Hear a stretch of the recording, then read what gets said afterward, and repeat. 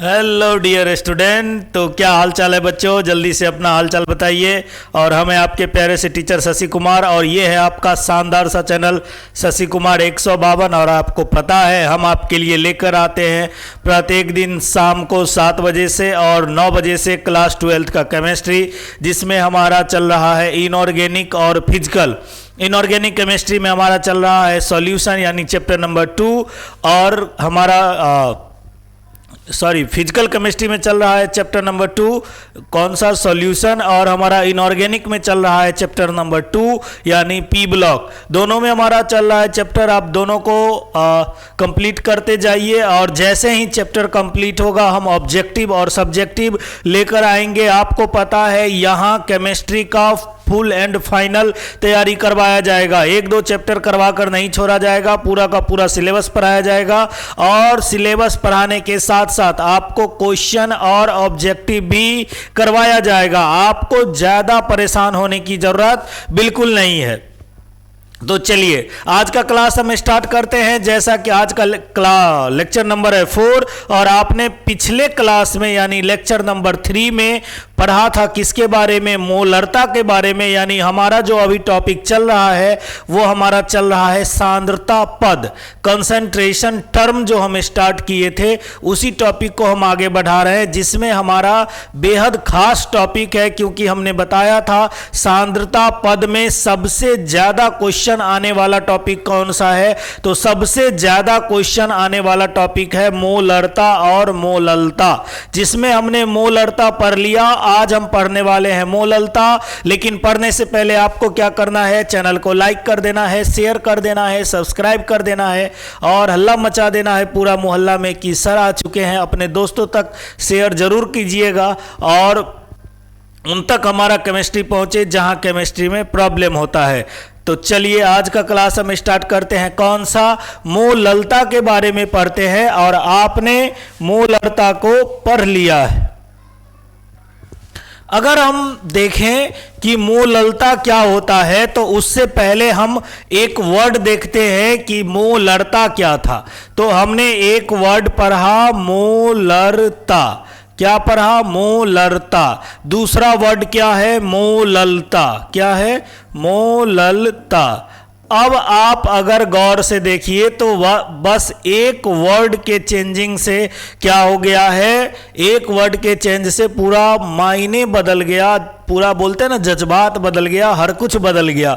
मतलब क्या है सर, तो आपको ये बता दें कि सबसे ज्यादा कंफ्यूजन कहां आता है बच्चों में। तो सबसे ज्यादा कंफ्यूजन तब आता है जब सेम वर्ड पढ़ तो लेते हैं, अभी समझ में आएगा, जब एग्जाम में या टेस्ट में लिखने की बारी आएगी तो आप मोलरता का पॉइंट मोललता में और मोललता का पॉइंट मोलरता में इधर से उधर हेर फेर कीजिएगा। बहुत सारे बच्चे बोलेंगे सर ऐसा कैसे होगा, लेकिन हमने जितना भी देखा है, ऑफलाइन बैच में भी देखा है, तो जितने बच्चे टेस्ट में लिखते थे वो सभी इधर से उधर कर ही देते हैं। इसीलिए हम बार बार इसको चेतावनी दे रहे हैं। पहला नंबर जो डिफरेंस पढ़ना है, हमको पढ़ना है, इसको किससे डिनोट करते हैं, बड़ा वाला एम से, और इसको किससे करते हैं, छोटा वाला एम से।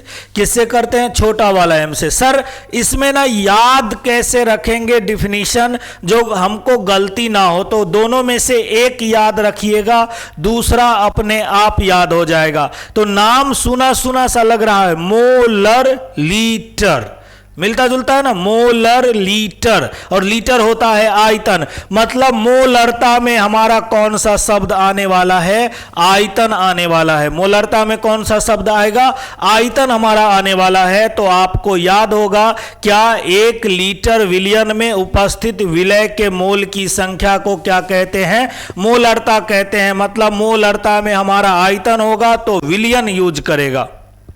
क्या यूज करेगा, विलियन, यानी 1 लीटर विलियन में। अब जब आपको मोललता पढ़ाया जाएगा तो पहला हमने पढ़ लिया, तो दूसरा है केजी। दूसरा क्या है, केजी में। तो केजी में लिया, विलियन तो लेगा नहीं, क्या यहां विलायक, क्या लेगा? विलायक। यानी 1 केजी विलायक में कितना मोल विलय घुला हुआ है। अब मान लीजिए जैसे आपने शरबत बनाया, क्या बनाया? शरबत बनाया। तो आपको बोला ये बताओ 1 केजी चीनी में यहां थोड़ा गलत हो गया है ना, हम पानी की जगह कुछ और एग्जाम्पल ले लेते हैं। अगर 2 पदार्थ को मिलाया गया तो विलायक में पूछा कि बताओ 1 केजी विलायक में तुमने कितना विलय का मोल मिलाया, तो वहां पर आपसे क्या पूछा जाएगा? वहां पर आपसे पूछा गया मोललता के बारे में। किससे पूछा गया? मोललता के बारे में। तो मोललता को हम 12 वाला एम से दिखाते हैं, मोललता को छोटा वाला एम से लिखते हैं। और नंबर 2 क्या? इसका यूनिट में हमने क्या बताया था? यूनिट में बताया था कि इसका यूनिट क्या लिखे थे? मोल प्रति लीटर, मोल प्रति लीटर। और या हमने एक और लिखा था, इसमें हमने लिखा था मोलल। क्या लिखा? मोलर। क्या लिखा था? मोलर लिखा था। बात समझ में आया? अगर हम दूसरा का बात करें मोलर के अलावा, तो मोललता का अगर हमसे पूछेगा, यूनिट पूछेगा, क्या पूछेगा? मोललता का यूनिट पूछेगा। तो मोललता का यूनिट क्या लिखेंगे? मोल तो होगा मोल, और हमको नीचे में विलायक का क्या आ रहा है? विलायक का द्रव्यमान। तो विलायक का द्रव्यमान आ रहा है तो मोल प्रति केजी। क्या हो जाएगा? मोल प्रति केजी। या आपको कहीं कहीं लिखा हुआ मिलेगा मोलर। क्या लिखा हुआ मिलेगा? मोलर। इसको डिनोट किससे करते हैं? छोटा वाला एम से। किससे डिनोट करते हैं? छोटा वाला एम से। बात समझ में आया? सर यूनिट वगैरह जानना जरूरी है क्या? बेहद जरूरी है, क्योंकि वहां पर आपको क्या करेगा? आपको दिक्कत महसूस होगा, आपको पता नहीं चलेगा कि सर मोलरता पूछ रहा है कि मोललता पूछ रहा है। तब वहां पर आप यूनिट से पहचानोगे, तब आपको पता चलेगा कि पहचानना क्यों जरूरी है। बात समझ में आया? चलिए, अब अगर हम बात करें कि इसका फॉर्मूला क्या होगा, तो हमने देखा 1 केजी विलायक में उपस्थित विलय के मोल की संख्या को क्या कहते हैं? उसका मोललता कहते हैं। तो अगर हमसे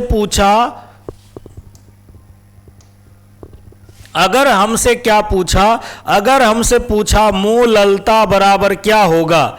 क्या पूछा? मोललता बराबर क्या होगा बताइए श्रीमान। तो हम बोलेंगे लीजिए श्रीमान, क्या मोललता का डिफिनीशन क्या ऊपर में हो जाएगा? विलय का मोल, ये तो फिक्स है।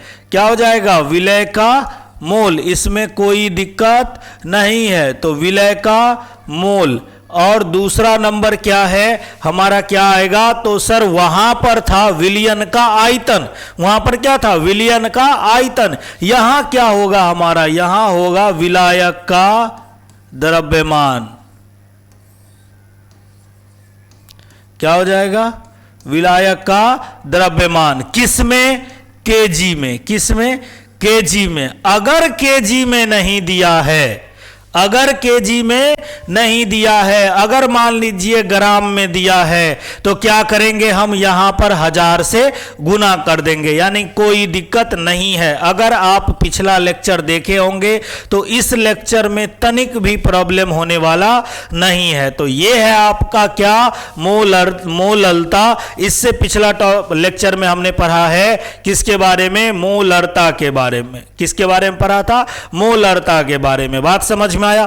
तो आपको क्या करना है? चैप्टर को रिवाइज करना है, क्वेश्चन प्रैक्टिस करते जाना है, और ये नहीं सोचना है जो इतना ही क्वेश्चन से काम चल जाएगा। नहीं, हम आपके लिए ढेरों ऑब्जेक्टिव लेकर आएंगे, ढेरों सब्जेक्टिव लेकर आएंगे, पूरा प्रैक्टिस करवाएंगे। बस आप हमारे साथ बने रहिएगा। और आप ज़्यादा हमसे अधिक जानकारी के लिए आप हमारे व्हाट्सएप नंबर यानी व्हाट्सएप ग्रुप या हमारे टेलीग्राम पर जुड़ सकते हैं। टेलीग्राम ग्रुप का और व्हाट्सएप ग्रुप का लिंक हमारे डिस्क्रिप्शन में दिया हुआ है। चलिए, तो पहले इसको स्क्रीनशॉट लीजिए, फिर हम बढ़ते हैं आगे।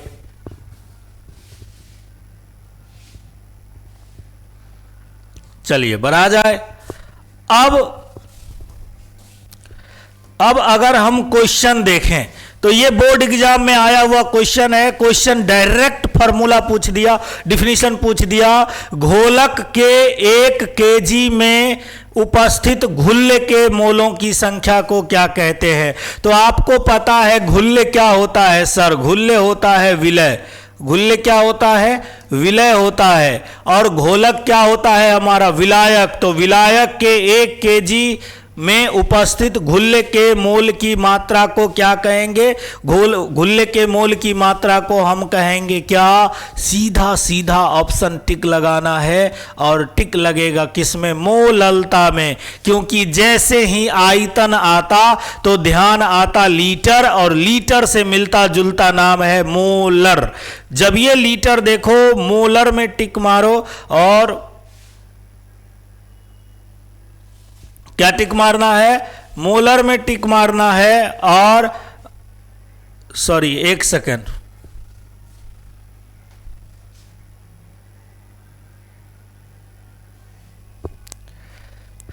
चलिए।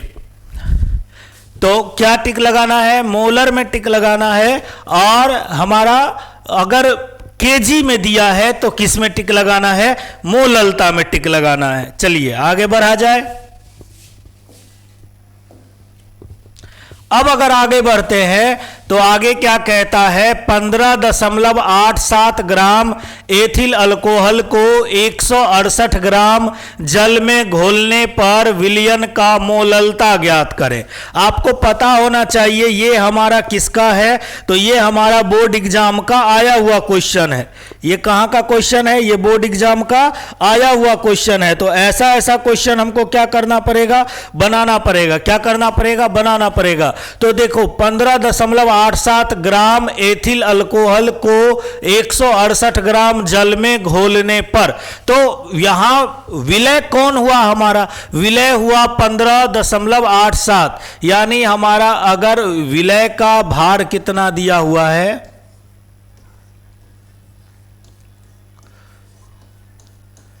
विलय के भार का अगर हम बात करें तो कितना हो गया हमारा? विलय का भार है 15.87 ग्राम। इसमें कोई प्रॉब्लम है? नहीं सर। अब बोल रहा है हमको विलय का मोल निकालना है। तो मोल के लिए हमको किसकी जरूरत पड़ेगा? अनुभार का। तो हम यहां लिखेंगे विलय। अच्छा, विलय है कौन? तो विलय है हमारा एथिल अल्कोहल, यानी C2H5OH। इसमें कोई दिक्कत है? तो क्या होगा? का अनुभार। क्या निकालेंगे? का अनुभार। अगर अनुभार हमको निकालने के लिए बोला गया तो अनुभार कैसे निकालेंगे? तो देखिए C2 यानी कितना? 1 कार्बन का 12, तो 2 कार्बन का कितना? 24। 2 कार्बन का कितना हो जाएगा? 24। साथ में जोड़ देंगे 5, साथ में जोड़ देंगे कितना? 16, और साथ में जोड़ देंगे 1। कितना आ जाएगा? 24 और 5 29, और 1 30, 30 और 16 46। कितना आया? 46। अब हम यहां से निकाल लेंगे, अभी रहने देते हैं, चलिए। और यहां हमारा है विलायक का द्रव्यमान। क्या है? विलायक का द्रव्यमान। अगर हम देखें विलायक का द्रव्यमान कितना दिया है, तो दिया है 168 ग्राम। कितना दिया है? 168 ग्राम दिया है। अब बोल रहा है विलयन का मोललता ज्ञात करें। तो आपको पता है मोललता छोटा वाला m, अगर हम बात करें तो छोटा वाला m क्या होता है? विलय का मोल। क्या हो जाएगा? विलय का मोल बट्टा में क्या हो जाएगा हमारा? हमेशा हम फॉर्मूला लिखकर बनाएंगे। जितना बार लिखकर बनाएंगे उतना ज्यादा हमारे लिए फायदेमंद होगा। तो विलायक का द्रव्यमान किस में दिया है? ग्राम में दिया है। तो ग्राम में दिया है तो यहां क्या हो जाएगा? 1000 से गुना हो जाएगा। अब इस वैल्यू को हम क्या करेंगे? इस वैल्यू को हम रखेंगे। m बराबर हमारा क्या हो जाएगा? बताओ बच्चों, जल्दी से आप लोग ना कमेंट करते रहो। आप लोग कमेंट नहीं करते, बिल्कुल सन्नाटा छा जाता है। हर लेक्चर में हमें बार बार बताना पड़ता है कि आप आंसर बताओ, आंसर बताओ। कितना हो गया? विलय का अनुभार यहां पर हमारा नीचे हो जाएगा 168 गुना में हो गया 1000 और विलय का मोल आ गया हमारा 15.87 और बट्टा में कितना हो गया 46। जल्दी से आप एक बार इसको आसानी वे में अगर लिखना चाहते हो तो 15.87 गुना 1000 46 और कितना 168। चलिए जल्दी से बताइए क्या हमारा आंसर होगा और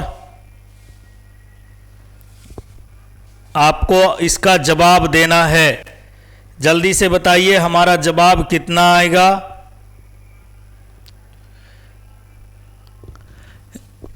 किसी को आया कमेंट कीजिए जल्दी से। चलिए हम बता देते हैं, आपका आंसर आएगा 2.05।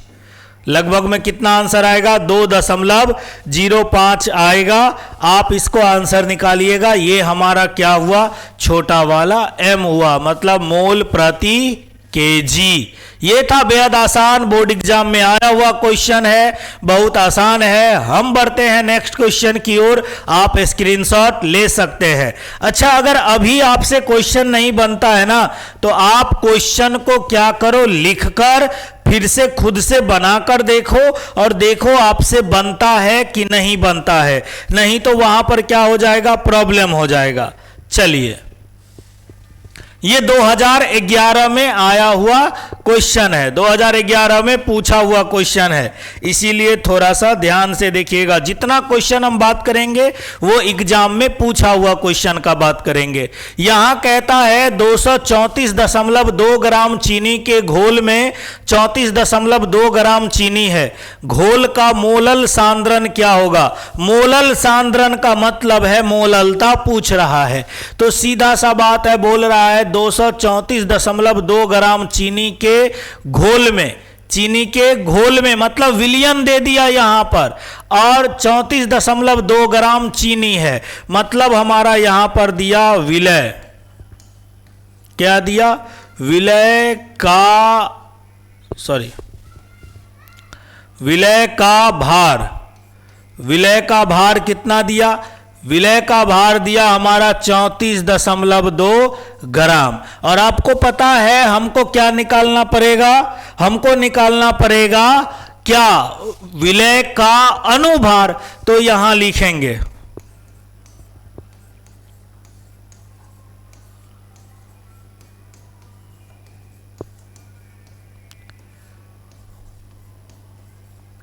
अच्छा, हमारा विलय है क्या, विलय हमारा है क्या, तो विलय है हमारा चीनी, और चीनी का सूत्र क्या होता है, C12H22O11।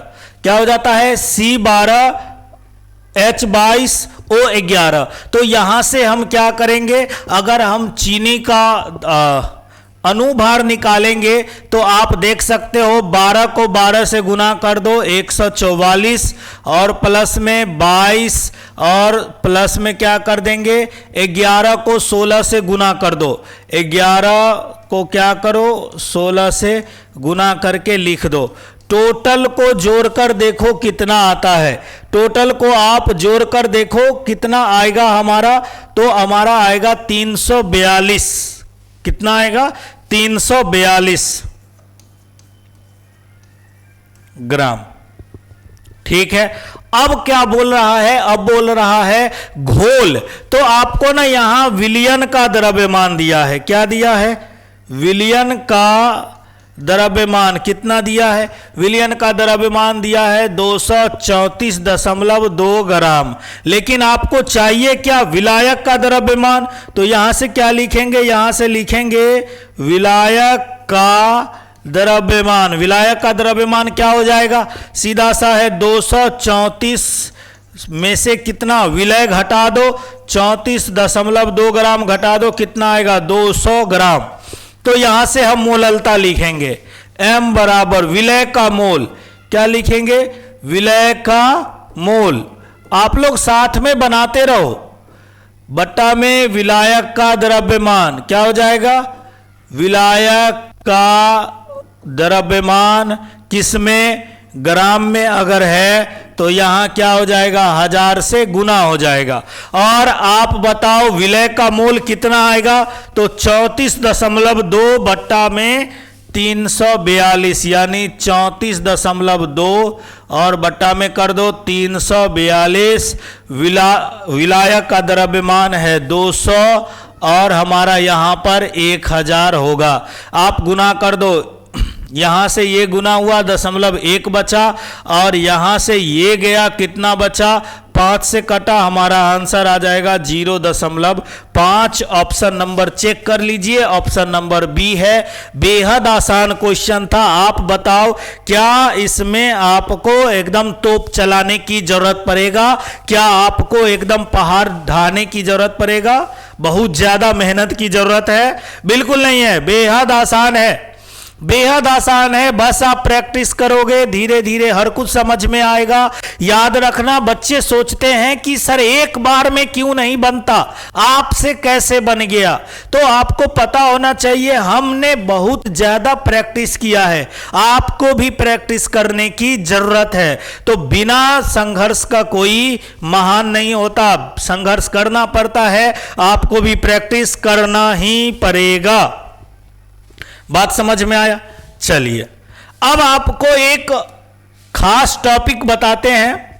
खास टॉपिक क्या है, तो बोर्ड एग्जाम में ना क्वेश्चन पूछ देता है, ऑब्जेक्टिव पूछता है, लगभग 1-2 साल पहले भी आया। और क्वेश्चन क्या पूछ देता है, क्वेश्चन बोलता है कि आप हमें यह बताओ कि निम्न में से कौन ताप पे निर्भर करता है, निम्न में से कौन सा सांद्रता पद ताप पे निर्भर नहीं करता है। तो ताप पे सांद्रता पद निर्भर करता है कि नहीं करता है, यह जानकारी हमको कैसे मिलेगा, तो यह जानकारी तब मिलेगा जब आपको यह पता होना चाहिए कि सर आपको पता होगा जो ताप से कौन प्रभावित होता है, तो ताप से हमारा प्रभावित होता है कौन सा, आयतन। कौन प्रभावित होता है, आयतन। और कौन प्रभावित होता है, दाब। तो जिसके फॉर्मूला में आयतन और दाब दिख जाएगा, समझ जाएंगे ताप पे निर्भर करता है, नहीं दिखेगा समझेंगे ताप पे निर्भर नहीं करता है। बात समझ में आया? यानी सीधा सा बोलते हैं ना सर, 2 तरह का स्टूडेंट है, एक के पास अगर क्लास 12th का बुक है तो समझ जाते हैं ये 12वीं में है, अगर क्लास 11th का बुक है तो समझ जाते हैं ये क्लास 11th का है। सर हम 11th में है, PhD वाला बुक रखेंगे, वो अलग मैटर है। लेकिन आपको क्या है, जो सीधा सा समझना है, तो आपको हम 2 तरह से बांट दिए हैं। हमने बांट दिया है, एक जो ताप पे निर्भर करता है और दूसरा जो ताप पे निर्भर नहीं करता है। आपको एक एक जवाब देते जाना है और आंसर बताते जाना है। सबसे पहला आपने सांद्रता पद पढ़ा था, द्रव्यमान प्रतिशत, यानी विलय का द्रव्यमान बट्टा में विलयन का द्रव्यमान। तो आपने वहां पर द्रव्यमान प्रतिशत में क्या है, हमारा आयतन नहीं आता है, इसीलिए ताप पे निर्भर नहीं करेगा। क्या करेगा, ताप पे निर्भर नहीं करेगा। तो हमारा पहला कौन सा हो गया, वेट बाय वेट प्रतिशत, यानी बोल सकते हैं क्या, द्रव्यमान प्रतिशत हमारा ताप पर निर्भर नहीं करता है। दूसरा आपने क्या पढ़ा था, आयतन प्रतिशत। क्या पढ़ा था, आयतन प्रतिशत। सर नाम में आयतन है तो काम भी तो आयतन वाला होगा, तो सिंपल सा बात है, इसमें पहला कौन सा आ गया, ये ताप पे निर्भर करेगा, यानी V/V%, यानी बोल सकते हैं इसको क्या, आयतन प्रतिशत। क्या बोल सकते हैं, आयतन प्रतिशत। बात समझ में आया? 2 हो गया। तीसरा हमने क्या पढ़ा था, द्रव्यमान आयतन प्रतिशत। क्या हो गया, द्रव्यमान आयतन प्रतिशत। मतलब सर आयतन वर्ड तो आया तो आप बोलोगे द्रव्यमान भी आया, तो द्रव्यमान तो प्रभावित नहीं करता है लेकिन आयतन तो प्रभावित करता है। याद करो किसी जमाने में पढ़ाया था, सर जमाना नहीं 2 लेक्चर पहले पढ़ाया था, तो बिल्कुल याद रहना चाहिए। क्या हमारा हो जाएगा दूसरा, इसमें ताप पे निर्भर करने वाले में वेट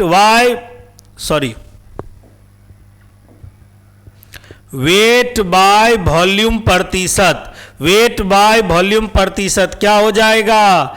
द्रव्यमान आयतन प्रतिशत, द्रव्यमान आयतन प्रतिशत। बात समझ में आया? अब हमारा 2 हो गया। तीसरा हमने क्या पढ़ा था? तीसरा हमने पढ़ा था पीपीएम, और पीपीएम में आपने पढ़ा था वहां पर संख्या आता है, इसीलिए पीपीएम क्या था? ताप पे निर्भर नहीं करता है। अब हमारा क्या था? मोल अंश। तो मोल अंश क्या था? विलय का मोल बट्टा में विलयन का मोल। विलय का मोल, अगर विलय का निकालते थे मोल अंश तो विलय का मोल बट्टा में विलयन का कुल मोल, और अगर विलायक का निकालते थे तो क्या होता था? विलायक का मोल बट्टा में विलयन का कुल मोल। तो मोल में कहीं भी हमारा आयतन नहीं आता है, और आयतन नहीं आता है तो हमारा क्या हो जाएगा? यहां पर मोल प्रभाज या मोल अंश, बोलिए मोल अंश, मोल प्रभाज, मोल प्रभाज। बात समझ में आया? अब कौन सा पढ़ा हमने? मोल प्रभाज के बाद पढ़ा हमने मोलरता। क्या पढ़ा? मोलरता। मोलरता में आपने पढ़ा मोलर लीटर, मोलर लीटर, और मोलर लीटर का मतलब है आयतन। लीटर का मतलब क्या है? आयतन। और लीटर का मतलब अगर आयतन है तो आयतन है तो सर कुछ दिमाग में कहता है।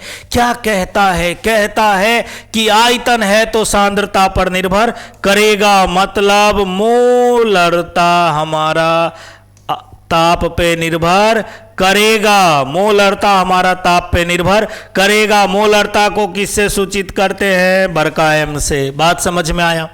अब हमने क्या पढ़ा सर? आज तो पढ़ा, क्या पढ़ा? मोललता। और मोललता में आज हमने कहीं भी आयतन को एकदम रूपरेखा नहीं देखा, उसका झलक भी नहीं देखा, मतलब नहीं देखा। तो हमने क्या पढ़ा कि हमारा किस पर हो जाएगा? मोललता। इतना आपने क्लास 12th में पढ़ा है, इतना आपने क्लास 12th में पढ़ा है। इसको किससे सूचित करते हैं? छोटे वाले एम से। बस आप 2 एक्स्ट्रा लिख लो जो 11th में पढ़े होगे, बोर्ड एग्जाम में पूछ देता है। एक हमारा आता है फॉर्मलता। क्या आता है? फॉर्मलता, फॉर्मेलिटी बोलते हैं इसको। और एक आता है नॉर्मलता। एक क्या आता है? नॉर्मलता, जो हमारा किस पे निर्भर करता है? नॉर्मलता, नॉर्मेलिटी। क्या होता है? नॉर्मेलिटी। तो इतना हमने देखा। जो हमारा 2, 4, 1, 5, 5 है हमारा ताप पे निर्भर करने वाला, और 3 है हमारा 4 है हमारा ताप पे निर्भर नहीं करने वाला। तो जल्दी से आप स्क्रीनशॉट ले लो, हम बढ़ते हैं आगे। और अब आपकी बारी। क्या सर? क्वेश्चन करो, क्वेश्चन करो। दुनिया में आए हो तो? सर दुनिया में आए हैं लव करने के लिए, नहीं क्वेश्चन बनाने के लिए। अच्छा ना, सबसे एक हमें अजीब लगता है, जब हम लोग 10th में थे तो हमारे जो सीनियर लोग होते हैं वो बोलते थे 10th में मेहनत कर लो, जिंदगी ऐसो आराम में गुजरेगी। उसके चक्कर में बच्चे क्या किए? 10th में मेहनत करना स्टार्ट किए, जो आगे तो सुख भरी चैन मिलेगा। लेकिन जैसे ही 12th में आए पता चला वो तो झूठा था। अब हमारे सीनियर क्या कहते थे? बस 2 साल मेहनत कर लो, इसके बाद जिंदगी संवर जाएगी। लेकिन जब हम 12th पास करेंगे तो ये भी झूठा नजर आएगा और पता चलेगा सर दुनिया वालों ने हमें कदम कदम पे धोखा दिया है ना। आपको पता चलेगा सर अभी तक जो मेहनत किए थे वो तो कुछ भी नहीं है, मेहनत तो अब है। यानी 12th के बाद भी मेहनत है, मेहनत से पीछे भाग नहीं सकते। कौन सा ताप द्वारा प्रभावित नहीं होता है? और आपको पता होना चाहिए ये क्वेश्चन हमारा बोर्ड एग्जाम का डायरेक्ट आया हुआ है, एकदम गर्मा गर्म क्वेश्चन है, आपको बताना है। तो ताप द्वारा प्रभावित नहीं होता है, नॉर्मलता होता है, फॉर्मलता होता है, मोलरता भी होता है। मोललता हमारा ताप द्वारा प्रभावित नहीं होता है, तो हमारा आंसर क्या हो जाएगा? मोललता। ताप द्वारा प्रभावित नहीं होता है। कमेंट एक एक बच्चे का आना चाहिए। हाथ दिया है भगवान ने, मोबाइल में बटन आ जाता है ना, सर बटन वाला मोबाइल है नहीं, टच वाला है, कोई बात नहीं है, आप उसमें बटन आएगा, कीबोर्ड का ऑप्शन, उसमें ऑप्शन दबाओ और दबाओ, क्वेश्चन का आंसर होगा सी। क्या लिखोगे? क्वेश्चन का आंसर होगा सी। सर हमने तो कसम खाया है, कसम ससुराल वाली मैया की, जब तक हम पूरा पढ़ेंगे नहीं तब तक हम जवाब देंगे नहीं। सर मन में जवाब देते हैं ना अपने आप को। कुछ बच्चे क्या करते हैं पता है, जैसे मन में पढ़ते रहेंगे, मतलब बुक को देखते रहेंगे, बोलेंगे मन में पढ़ रहे हैं ना, पता चलेगा कि नजर यहां दिमाग कहीं और। निम्न में से कौन सा तापमान पे निर्भर करता है? बोर्ड का एग्जाम का क्वेश्चन है, तो आपको पता होना चाहिए। भार प्रतिशत ताप पे निर्भर नहीं करता है, मोललता ताप पे निर्भर नहीं करता है, और मोल अंश ताप पे निर्भर नहीं करता है। मोलरता लीटर मोलर याद रखना, ऑप्शन नंबर सी। सर दोनों क्वेश्चन का ऑप्शन सी था, आप एक बार में आंसर लिखते, हम एक बार में जवाब दे देते आपको, कोई बात नहीं। चलिए तो हमने इसकी जानकारी ले लिया है ना। अब अगला जो हमारा लेक्चर आएगा वो हमारा आएगा कौन सा? आपका लेक्चर अगला जो होगा वो होगा हमारा मोललता एवं मोलरता में अंतर। तो जल्द बने रहिएगा हमारे साथ, अगला लेक्चर हमारा यही होने वाला है। तो तब तक क्या करना है आपको? चैनल को लाइक कर देना है, शेयर कर देना है, सब्सक्राइब कर देना है, अपने दोस्तों तक खबर जरूर पहुंचा देना है, और बोलिए उनको केमिस्ट्री से डर लगता है तो केमिस्ट्री एक बार पढ़कर देखो, डर मिट जाएगा। नंबर 2, एक दिन में कुछ नहीं होगा, आपको थोड़ा सा मेहनत करना होगा। हम आपके लिए ऑब्जेक्टिव सब्जेक्टिव लेकर आएंगे, पूरा का पूरा चैप्टर इतनी बार रिवाइज करवाएंगे जो आपने भी नहीं सोचा होगा। इसीलिए बस आपको चैनल को लाइक कर देना है, शेयर कर देना है, सब्सक्राइब कर देना है और कमेंट धराधर करते रहना है। तब तक के लिए धन्यवाद, tata bye bye, good night. फिर मिलेंगे नेक्स्ट क्लास में लेक्चर नंबर 5 में। तब तक के लिए हंसते रहिए, मुस्कुराते रहिए और शशि कुमार 152 यानी हमारे साथ बने रहिए, only for chemistry. Thank you.